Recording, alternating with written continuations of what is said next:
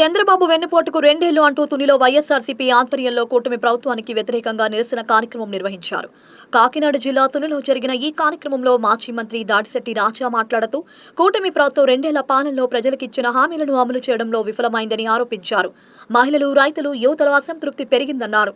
ఉద్యోగాల కల్పన, అభివృద్ధి పేరుతో ప్రజలను మోసం చేశారని విమర్శించారు. రాష్ట్ర అప్పులు, ఆదాయం, వ్యయాలపై ప్రభుత్వం స్పష్టత ఇవ్వాలని డిమాండ్ చేశారు. 2029 ఎన్నికల్లో జగన్మోహన్ రెడ్డి నాయకత్వంలో వైఎస్ఆర్సీపీ తిరిగి అధికారంలోకి వస్తుందని ఆయన ధీమా వ్యక్తం చేశారు. ఈ కార్యక్రమంలో పార్టీ నాయకులు, కార్యకర్తలు పాల్గొన్నారు. ఆంధ్రప్రదేశ్ వ్యాప్తంగా వెన్నుపోటుకి 2 సంవత్సరాలు. మొదటి సంవత్సరమే విజయవంతంగా జరిగింది.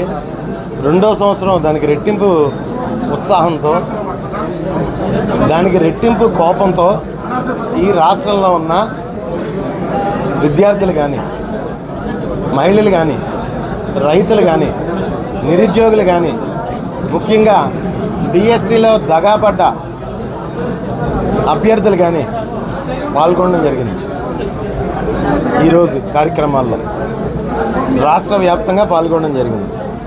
చంద్రబాబు నాయుడు గారికి ఈ రాష్ట్రంలో ఉన్న యువత, నిరుద్యోగులు అందరూ కూడా ఒకటే చెప్తున్నారు, అయ్యా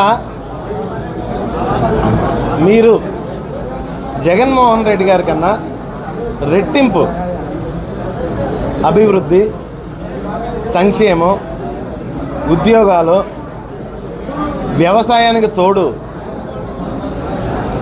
తర్వాత మహిళలకు కూడా ఎన్నో చేస్తాను, రెట్టింపు చేస్తానని చెప్పేసి మీరు అధికారంలోకి వచ్చారు. కానీ మీరు అధికారంలోకి వచ్చిన తర్వాత ఈ 2 సంవత్సరాల్లో